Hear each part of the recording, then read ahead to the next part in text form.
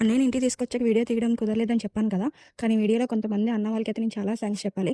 అదే మా village friends అన్న వాళ్ళకి. చాలా హెల్ప్ చేశారు. థ్యాంక్ యూ సో మచ్ అన్న. ఈచ్ అండ్ ఎవ్రీవన్ అందరికీ చాలా థాంక్స్.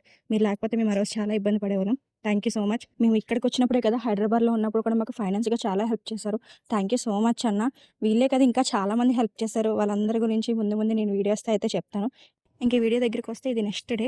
అంటే అన్నయ్యని తీసుకొచ్చి నెక్స్ట్ డే మండే మార్నింగ్ ఇది. ఖచ్చితంగా మనం ఈరోజు ఇలా ఉన్నామంటే దేవుడి దయ కూడా ఎంతో కొంత ఉండే ఉంటుంది. అందులోని శివయ్య అంటే చాలా ఇష్టం నాకు. కాబట్టి అలా ఫ్రెష్ అయిపోయి శివయ్య దగ్గరికైతే ఎళ్ళొచ్చేసాను. అన్నయ్యకి త్వరగా రికవరీ అయిపోయి అంతా మంచిగా అయిపోయి మళ్ళీ ఎప్పట్లా మాతో ఉండాలి, అందరితో ఉండాలని కోరుకుంటున్నాను. అయితే అన్నయ్యకైతే 8 కల్లా ఫుడ్ అయితే ప్రిపేర్ చేసి పెట్టేయాలి.